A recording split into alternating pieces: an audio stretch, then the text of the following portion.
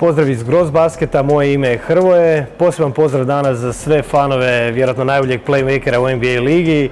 Sve jasno pričamo o Stefu Curryju i o njegovim Curry 4 modelima, visoki i niski.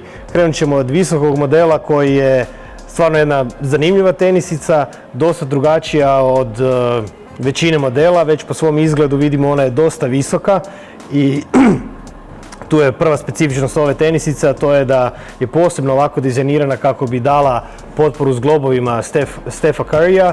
Naime, on je kroz svoju karijeru imao dosta problema s ozljedama upravo s globova, tako da ovaj dio tenisice pruža odličnu potporu za zglob. Prijašnji modeli su također imali tu potporu, dakle pričamo o Curry 1, 2 i 3 modelima, imali su tu potporu, ali je bila nekako veća. Ovdje se s cijelom tenisicom išlo na jedan futuristički, minimalistički izgled i mislim da su to sad stvarno dobro napravili, baš se vidi jedan korak naprijed u odnosu na prethodne modele. Tenisica je stvarno atraktivna.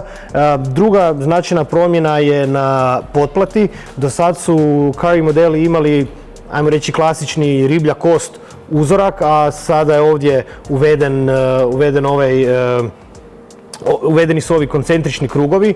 Naravno, kao i kod prethodnih modela koji su bili odlični što se tiče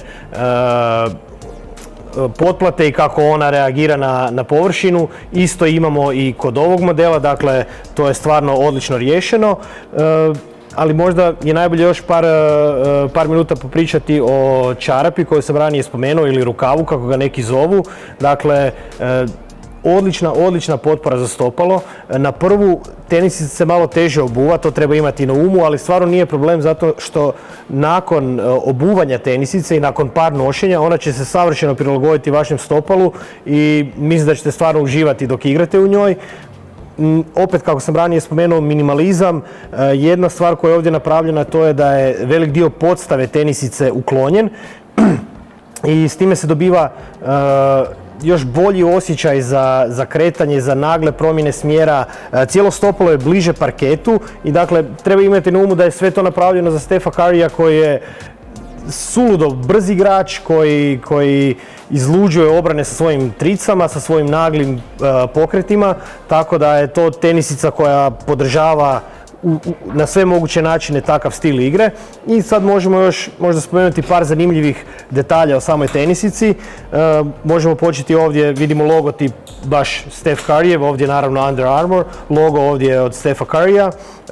Ispod na potplati možemo vidjeti da se nalazi njegovo ime, njegovo prvo ime, ajmo reći Wardell, Steph je njegovo krsno srednje ime i ime njegove supruge Aishe. Dobro se zna da je Steph Curry stvarno obiteljski čovjek i jako puno vremena provodi sa svojom suprugom i kćerima, a također se o njemu zna da je i religiozan, tako da je on na svoju tenisicu ovdje i na vrhu vezica stavio biblijski natpis I can do all things, tako da je definitivno u tenisicu ugrađen i taj dodatni osobni touch, ajmo ga nazvati, od Stefa Curryja. Sve u svemu, moja preporuka za tenisicu, dođite u trgovinu, isprobajte ju i mislim da će vam se svakako svidjeti. A sada ćemo onda još samo malo se pozabaviti sa low modelom, sa niskim Curry 4 modelom. Znači, iako djeluje kao ležernija tenisica, ona to nikako nije. U njoj se isto može vrlo uspješno igrati košarka i sam Steph Curry je na nekim treninzima i utakmicama nosio niski model. Kako ona nema čarapu kao visoki model, ona se puno lakše obuva i još prije se kvalitetno prilagođava vašem stopalu, tako da je zapravo me ugodno iznenadilo. Nisam fan niskih košarkaških tenisica, ali ova je stvarno odmah nakon prvog obuvanja, ponavljam, vrlo ugodno me iznenadila i možemo samo još jednom spomenuti te detalje koje se nalazi i kod visokih. Ovdje na potplati se nalaze imena njegovih kćeri, Ryan i Riley, i njihove godine rođenja.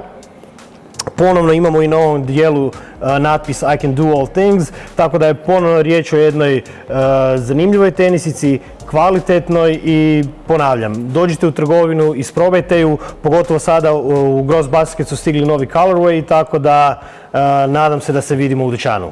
Hvala vam.